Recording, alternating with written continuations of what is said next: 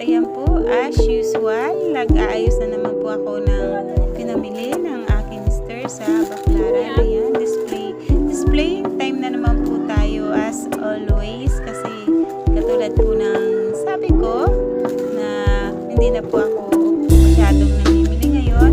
Ang namimili na po ay yung aking anak or minsan po yung aking mister. At ayan, dahil andito naman po kayo nag-watch ng aking video, katulad po ng palagi kong sinasabi, sana po pag napanood nyo ang video kong ito ay nasa maayos po kayong kalagayan, pangkalusugan, isipan at pang-pinansyal. Alam niyo po ba kung bakit palagi ko itong sinasabi sa umpisa po ng aking video? Kasi gusto ko po lahat po tayo ay malusog, malakas, sa madaling salita po healthy. Kasi kung healthy po tayo, lahat po pwede natin gawin. Yung ating po mga pangarap ay makakamit natin kung tayo po ay healthy. Sa totoo lang po, ang kalusugan po talaga ang ating tunay na yaman. Kasi kung tayo po ay malusog, ang ating pong pangarap ay ating makakamtan. Kaya yan po ay lagi kong sinasabi dito sa aking video na kapag napanood nyo ito ay nasa maayos po kayong kalusugan, isipan at pampinansyal. Kasi kung iisipin nyo po yung mga salitang yan, yan po ay napaka-importante po sa ating buhay. Kasi sabi nga, kung malusog yung katawan natin, magagawa po natin lahat. At syempre po, napaka-importante po din na maayos ang ating isipan. Malaki po yung chance natin na yung pangarap po natin sa buhay ay ating makamtan. Kaya po napaka-importante po talaga niyang sinasabi ko na ito sa aking video. Kumbaga, kung pakikinggan mo talaga ng maayos yung ating kalusugan, isipan at pampinansyal, diba napaka-ayos ng ating buhay kung kumpleto yung tatlong yun palagi.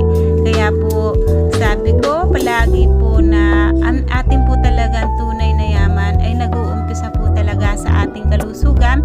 Kasi kung hindi po tayo malusog, napakalaking sagabal po nito para po sa ating pangarap sa buhay.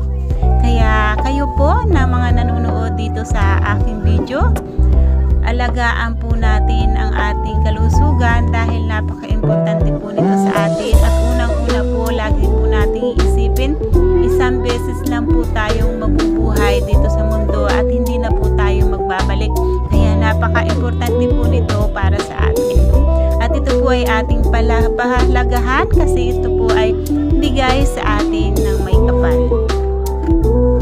At ayan guys, kalusugan at kaisipan po natin ay ating ingatan dahil ito po ang ating tunay na yaman upang pangarap po natin sa buhay ay ating pong makamtan. Ayan, thank you so much po ulit sa mga nanonood itong aking pong video. Syempre po sa aking pong mga subscribers, sa aking pong mga silent viewer, syempre po sa Team Survivor at saka po sa aking Piana Past Angel, sa mga member po ng aking channel. Thank you so much sa inyo guys sa support at sa tiwala po dito sa aking channel. Ayan, keep on watching guys and thank you so much po ulit sa inyong lahat. At ayan, balik po tayo sa ating topic. Alam niyo po kung bakit palagi ko po itong sinasabi, kasi po ito po ay based on my experience. Kasi po noon about sa kalusugan, paulit-ulit po akong nagkakasakit at nung po ako may sakit talaga pong halos lumubog po kami sa utang. Pero thanks God kasi nalagpasan namin yun, kasi yung isipan ko noon ay maayos. Syempre kahit po tayo ay may sakit, pag po yung ating isipan ay lumalaban, talaga pong gagaling tayo. Kumbaga bumigay man yung ating katawan sa sakit, pero maayos naman po yung ating isipan. Kaya po meron pa rin po tayong pag-asa sa buhay. At yan po yung about po sa aking pong kalusugan. At syempre po, dahil sa paulit-ulit ko pong nararamdamang sakit ng mga panahon na yon, nagkaroon na rin po ako ng anxiety. Sa totoo lang po, hindi naman po basta-basta lang yung naging sakit ko noon. Kasi noon po talaga, hindi na po ako nakakatulog. Hindi ko na po, kahit po simpleng pagtaas ng kamay, hindi ko na po magawa. Kapag po uupo ako or tatayo ako, binubuhat na lang po talaga ako noon. Syempre, ng mga panahon po na yun, maliliit pa yung aking mga anak. ayaw ko pang mamatay kasi syempre ayaw kong iwan yung aking mga anak na maliliit pa. Yung mga anak po talaga ang iniisip ko nun. Kaya po natakot po talaga ako na mamatay. Kaya po ako po ay nagkaroon ng anxiety. Sa totoo lang po, napakahirap po ng may anxiety kasi hindi po siya basta-basta talaga. Talagang sakit po siya. Sakit po yan kasi kumbaga yung mga hindi pa nangyayari ay naiisip mo na. Kaya napakahirap po ng taong may anxiety. Kaya po kayo, kung kayo po ay merong mga kamag-anak o sa loob ng inyong tahanan, magulang, ama, ina, kapatid, o mga kaibigan na may anxiety, kailangan po talaga nila ng support, ng kausap. Kasi ang anxiety po ay kung iisipin kasi yung mga iba po kasi na hindi talaga nagkaroon ng anxiety, parang iniisip po nila na umaarte. Hindi po sila umaarte talaga po. May mga pinagdaanan na po sila sa buhay na hirap. Katulad ko nga po nung pagkakaroon ko ng sakit. At syempre hindi lang naman po yung pagkakasakit ko noon. Syempre nung kabataan pa, nung mga bata pa, may mga pinagdaanan.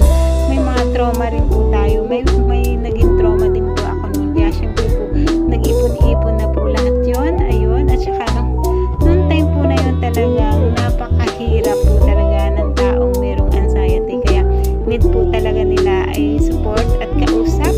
Yun po yung maiitulong nyo sa mga tao na nagkakaroon po ng anxiety kasi hindi po talaga yan basta-basta.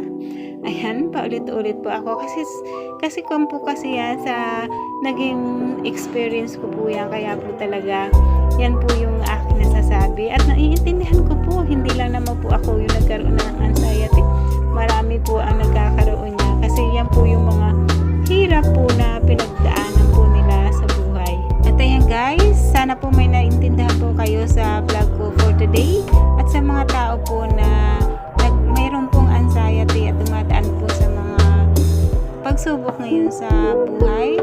Ang masasabi ko lang po sa inyo, magdasal at humanap po kayo ng mapapaglibangan. Kasi ako po, kaya po ako gumaling sa anxiety kasi nito pong nagkaroon po ako ng tindahan. Kaya po itong tindahan po talaga ay napakalaking tulong po nito sa akin. Hindi lang po sa pang-pinansyal kasi dahil din po sa pagkakaroon ko ng tindahan ay gumaling din po ako